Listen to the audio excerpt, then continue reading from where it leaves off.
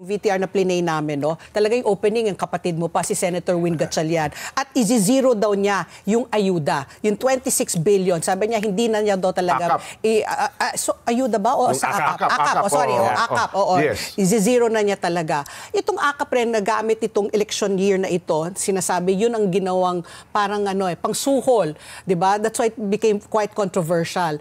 Now, Secretary Rex, what are your thoughts about the AKAP? Isa-isa natin, Pat. One, I think ang konteksto, ang hindi niya siniro out yung AKAP, yung ayuda per se, kundi yung AKAP program lamang. Yes, AKAP. Pero meron pa naman kami yung AICS o yung Assistance to Individuals in Crisis Situation. Yes. Pangalawa, sinabi ko nga sa kanya, sa proposal naman na lumabas sa NEP, no, yung National Expenditure Program, wala na talaga yung AKAP doon. So sa DBM side pa lang, inalis na talaga yon. So kung yun ang pangamba ng ating buting senador, talagang inassure ko siya na wala na rin talaga doon yon. Ngayon, ano mangyayari sa mga benepisaryo niyan? Ang sinabi ko sa kanila, last year alone may kulang-kulang 5 milyon na pamilyang Pilipino o individual na Pilipino ang nakinabang sa AKAP. So paano naman sila? Yes. So sabi nga namin, baka pwede pag-aralan na i-beef up o dagdagan yung Assistance to Individuals in Crisis Situation or AICS. At ngayon, balita ko, sa lower house, dinagdagan yung budget nun, hindi na binalik yung AKAP, pero depende pa rin sa mga mambabatas natin sa Senado.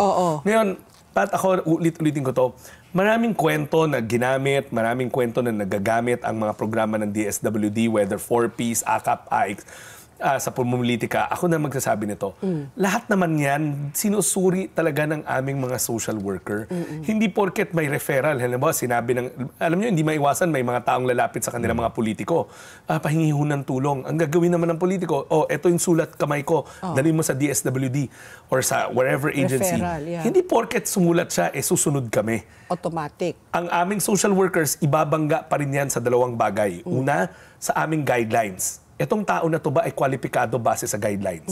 Pangalawa, sa kanyang pinag-aralan, sa case intake, meron ba talagang pangangailangan? Kasi kahit na ano pang sulat sa amin, kahit na sino pa, kung wala talagang pangangailangan at hindi masushoot doon sa guidelines, wala talaga siya matatanggap. Pero pagka may pangangailangan kahit walang referral. Ito na siguro, samantalang ko yung pagkakataon.